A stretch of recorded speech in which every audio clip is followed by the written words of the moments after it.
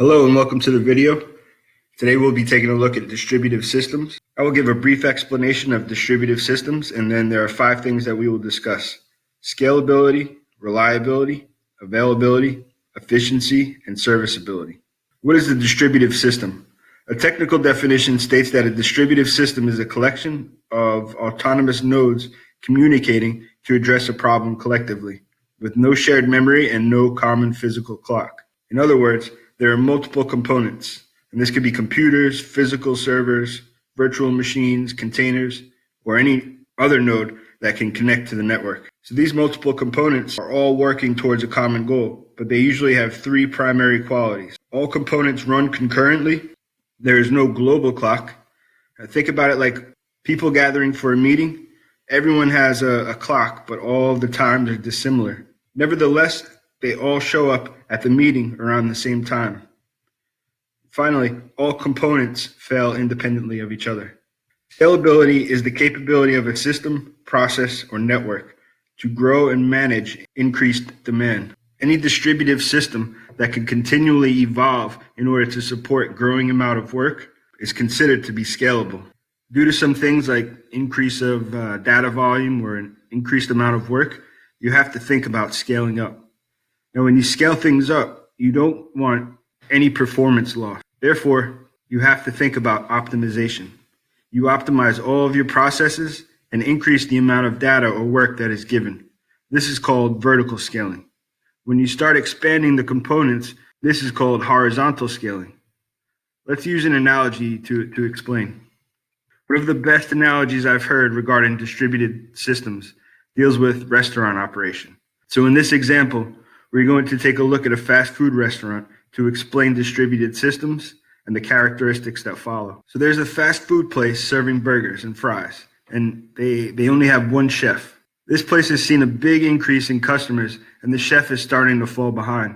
He's just having trouble keeping up with all of the orders. In terms of vertical scaling, the owner gives him a huge raise. The chef has been preparing meals during off-peak hours to help increase his efficiency, and he's been able to keep up with these increased orders using these principles of optimization.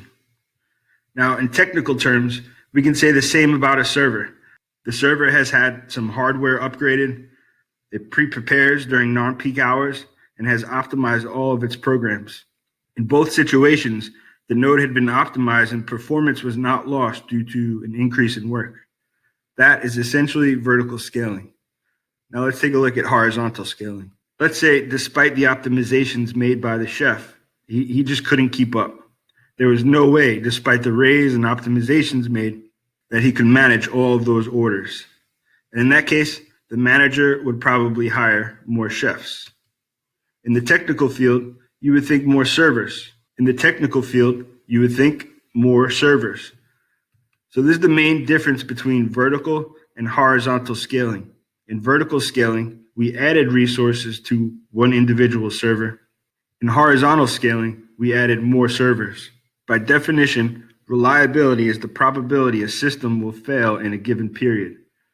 So a distributed system is considered reliable if it keeps on delivering the services it needs to, despite having one or more components fail. Reliability represents one of the main characteristics of a distributed system.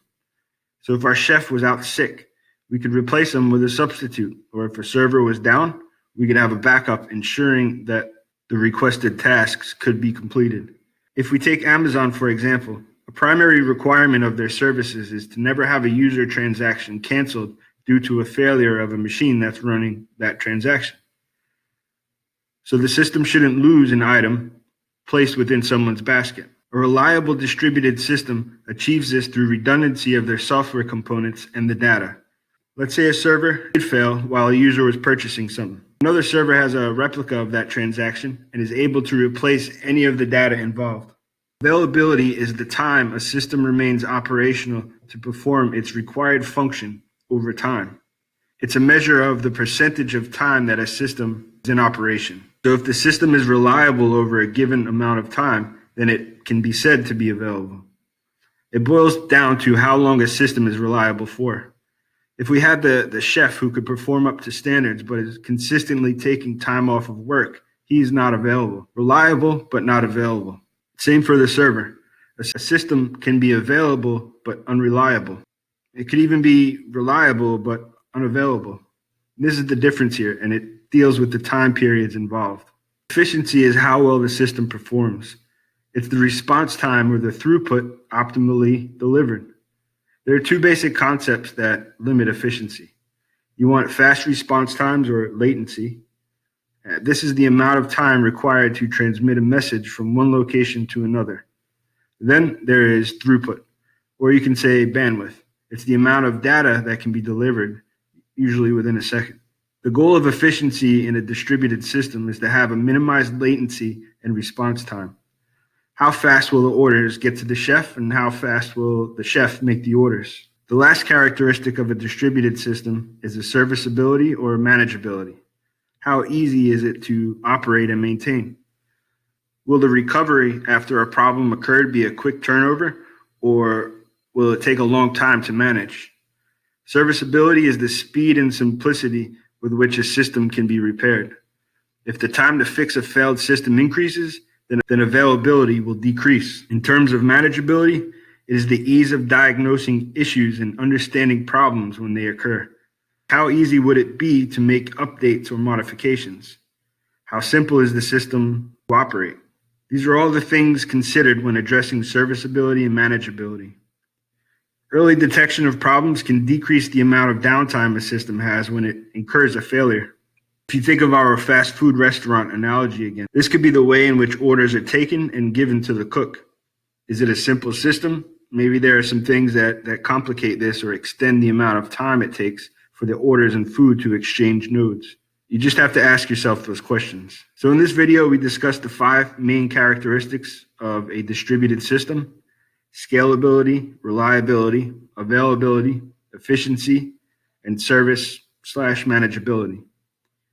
I hope you got a good understanding and can start to put things together when you're asked about system design. Maybe that analogy will help.